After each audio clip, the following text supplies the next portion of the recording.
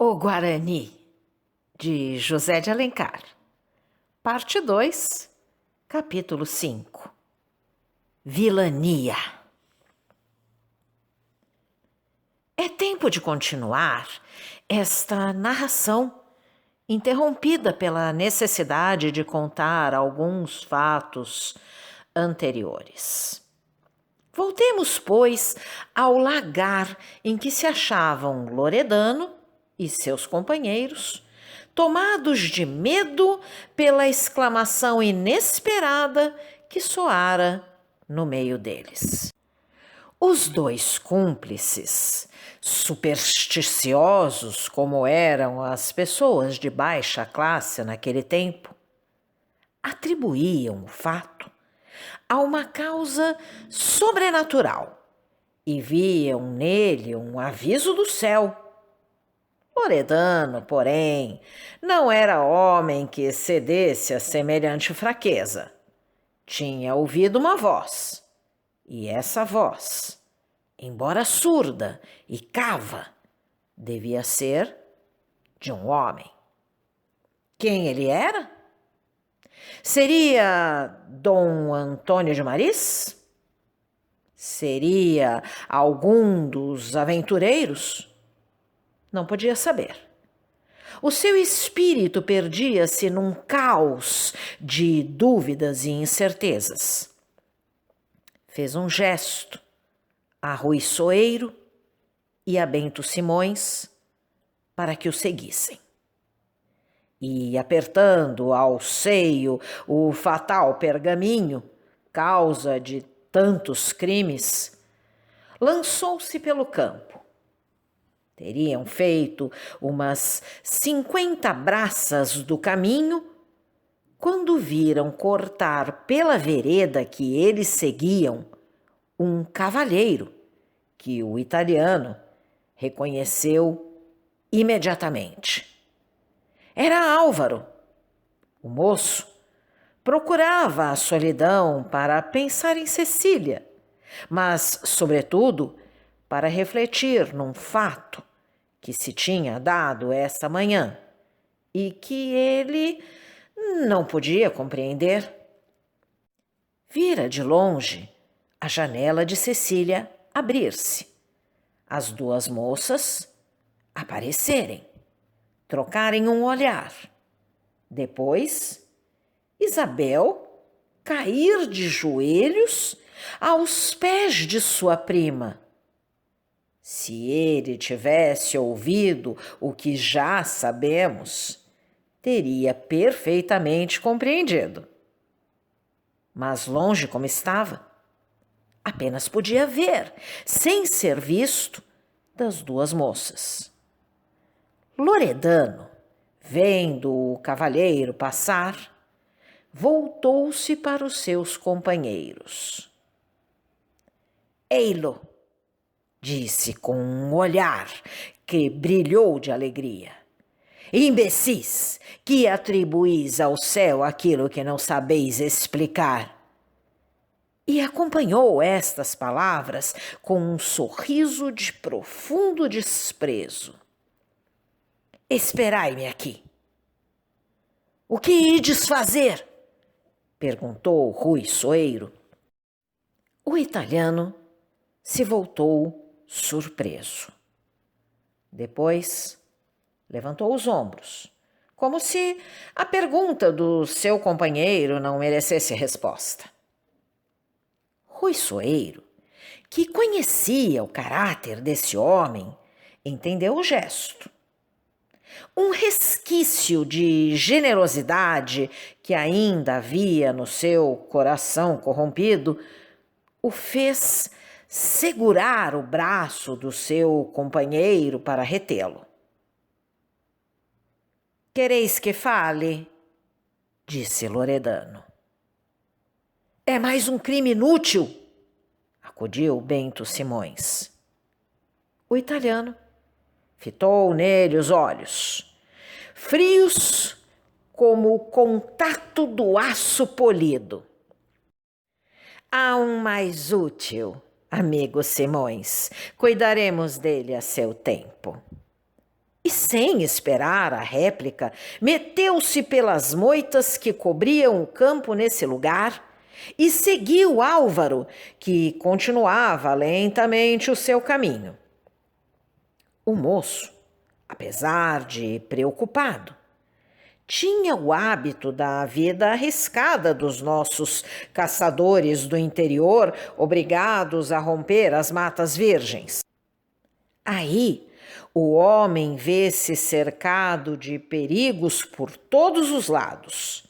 Da frente, das costas, à esquerda, à direita, do ar, da terra, pode surgir, de repente, um inimigo oculto pela folhagem que se aproxima sem ser visto. A única defesa é a sutileza do ouvido, que sabe distinguir entre os rumores vagos da floresta aquele que é produzido por uma ação mais forte do que a do vento. Assim como a rapidez e certeza da vista, que vai perscrutar as sombras das moitas e devassar a folhagem espessa das árvores. Álvaro tinha esse dom dos caçadores hábeis. Apenas o vento lhe trouxe um estalido de folhas secas pisadas, levantou a cabeça e circulou o campo com os olhos. Depois, por prudência, encostou-se ao grosso tronco de uma árvore isolada e, cruzando os braços sobre a clavina, esperou. Nessa posição, o inimigo, qualquer que ele fosse, fera, réptil ou homem, não o podia atacar senão de face. Ele o veria aproximar-se e o receberia. Loredano, agachado entre as folhas, tinha notado este movimento e hesitara. Mas o seu segredo estava comprometido. A suspeita que concebera de que Álvaro fora quem há pouco o ameaçara com a palavra traidores, acabava de confirmar-se no seu espírito, vendo a prudência com que o moço evitava uma surpresa. O cavalheiro era um inimigo terrível e jogava todas as armas com uma destreza admirável. A lâmina de sua espada, como uma cobra elástica, flexível, rápida, voltava, sibilando e atirava o bote com a velocidade e a certeza da cascavel. O arremesso do seu punhal, vibrado pelo braço ligeiro e auxiliado pela agilidade do corpo, era como um raio. Listrava no ar uma cruz de fogo e caía sobre o peito do inimigo e o fulminava. A bala de sua clavina era uma mensageira fiel que ia buscar a ave que pairava no ar ou a folha que o vento agitava. Muitas vezes, na esplanada da casa, o italiano vira Álvaro, depois de ter feito milagres de pontaria, quebrar no ar as setas que Peri atirava de propósito para lhes servirem de alvo. Cecília aplaudia, batendo as mãos. Peri ficava contente por ver a senhora alegre e, embora para ele, que fazia muito mais, aquilo fosse uma coisa vulgar, deixava que o moço conservasse a superioridade e fosse por todos admirado. Mas Álvaro sabia que só um homem podia lutar com ele e levar-lhe vantagem em qualquer arma. E esse era Peri. porque juntava à arte a superioridade do selvagem, habituado desde o berço à guerra constante que é a sua vida. Loredano tinha, pois, razão de hesitar em atacar de frente um inimigo desta força. Mas a necessidade urgia, e o italiano era corajoso e ágil também. Endireitou para o cavalheiro, resolvido a morrer ou a salvar a sua vida e a sua fortuna. Álvaro, vendo-o aproximar-se, rugou o sobrolho, depois do que se tinha passado na véspera e nessa manhã odiava aquele homem, ou antes, desprezava-o. Aposto que tivestes o mesmo pensamento que eu, senhor e cavalheiro, disse o aventureiro quando chegou a 3 passos de distância. Não sei o que pretendeis dizer, replicou o moço secamente. Pretendo, senhor e cavalheiro, que 2 homens que se odeiam acham-se melhor num lugar solitário do que no meio dos companheiros. Não é ódio que me inspirais, é desprezo. É mais do que desprezo, é asco. O réptil que se roja pelo chão causa-me menos repugnância do que o vosso aspecto. Não disputemos sobre palavras, senhor e cavalheire, tudo vem dar no mesmo, eu vos odeio, vós me desprezais, podia dizer-vos outro tanto. Miserável! Exclamou o cavalheiro, levando a mão à guarda da espada. O movimento foi tão rápido que a palavra soou ao mesmo tempo que a ponta da lâmina de aço batendo na face do italiano. Loredano quis evitar o insulto, mas não era tempo. Seus olhos injetaram-se de sangue. Senhor e cavalheire, deveis-me satisfação do insulto que me acabais de fazer. É justo, respondeu Álvaro com dignidade. Mas não a espada que é a arma do cavalheiro. Tirai o vosso punhal de bandido e defendei-vos. Proferindo estas palavras, o moço embainhou a espada com toda a calma, segurou-a à cinta para não embaraçar-lhe os movimentos e sacou seu punhal, excelente folha de damasco. Os 2 inimigos marcharam um para o outro e lançaram-se. O italiano era ágil e forte e defendia-se com suma destreza. Por 2 vezes já, o punhal de Álvaro, roçando-lhe o pescoço, tinha cortado o talho de seu gibão de belbute. De repente, Loredano, fincando os pés, deu um pulo para trás e ergueu a mão esquerda em sinal de trégua. Estais satisfeito? Perguntou Álvaro. Não, senhor cavalheiro, mas penso que em vez de nós estarmos aqui a fatigar inutilmente, melhor seria tomarmos um meio mais expedito. Escolhei o que quiserdes, menos a espada, o mais me é indiferente.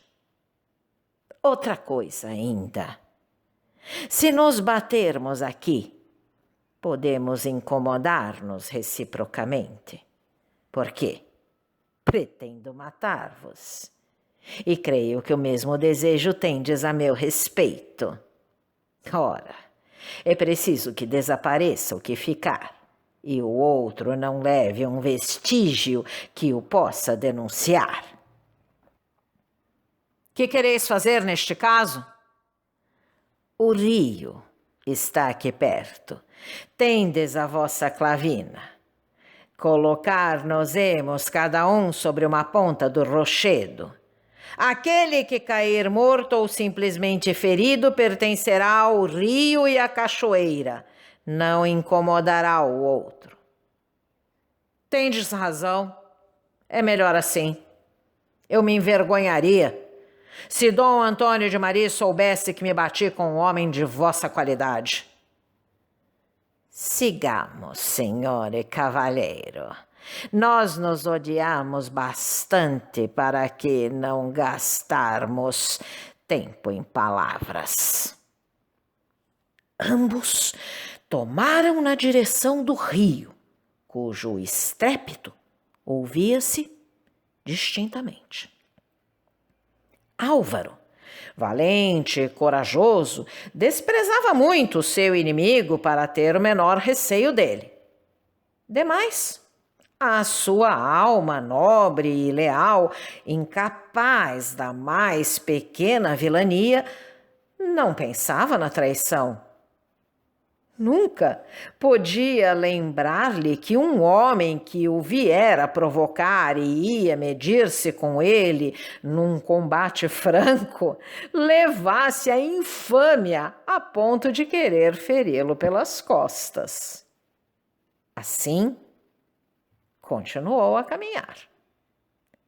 Quando o italiano, deixando cair de propósito a cinta da espada, parou um instante para apanhá-la e prendê-la de novo. O que passava, então, no seu espírito não estava de acordo com as ideias nobres do cavalheiro.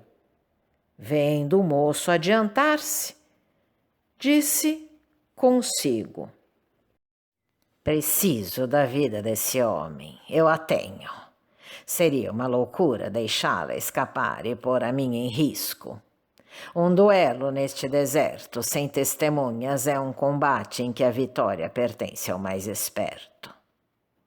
Dizendo isto, o italiano ia armando a sua clavina com toda a cautela e seguia de longe a Álvaro, a fim de que o ranger do ferro ou o silêncio de suas pisadas não excitassem a atenção do moço. Álvaro caminhava tranquilamente. Seu pensamento estava bem longe dele e esvoaçava em torno da imagem de Cecília, junto da qual via os grandes olhos negros e aveludados de Isabel embebidos numa languidez melancólica. Era a primeira vez que aquele rosto moreno e aquela beleza ardente e voluptuosa se viera confundir em sonhos com o anjo louro dos seus amores. De onde provinha isto? O moço não sabia explicar. Mas quer que seja, como um pressentimento, lhe dizia que naquela cena da janela havia, entre as duas moças, um segredo, uma confidência, uma revelação, e que esse segredo era ele. Assim, quando a morte se aproximava, quando já o bafejava e ia tocá-lo, ele, descuidoso e pensativo, repassava no pensamento ideias de amor e alimentava-se de esperanças. Não se lembrava de morrer. Tinha consciência de si e fé em Deus. Mas se por acaso uma fatalidade caísse sobre ele, consolava-o a ideia de que Cecília, ofendida, lhe perdoaria um resto de ressentimento que talvez conservasse. Nisto, meteu a mão no seio do gibão e tirou o jasmim que a moça lhe dera e que já tinha murchado ao contato dos seus lábios ardentes. Ia beijá-lo ainda uma vez, quando lembrou-se que o italiano podia vê-lo. Mas não ouviu os passos do aventureiro. A primeira ideia que lhe veio foi que ele tinha fugido. E como a cobardia para as almas grandes se associa à baixeza, lembrou-se de uma traição. Quis voltar-se e, entretanto, não o fez. Mostrar que tinha medo daquele miserável revoltava os seus brios de cavalheiro. Ergueu a cabeça com altivez e seguiu. Mal sabia ele que, nesse momento, o fecho da clavina, movido por um dedo seguro, caía e que a bala ia partir, guiada pelo olhar certeiro do italiano. Se você gostou desse áudio, deixe seu like, compartilhe, deixe também seu comentário e se inscreva no canal, ativando o sininho para ser avisado dos próximos vídeos. Um grande abraço e até a próxima!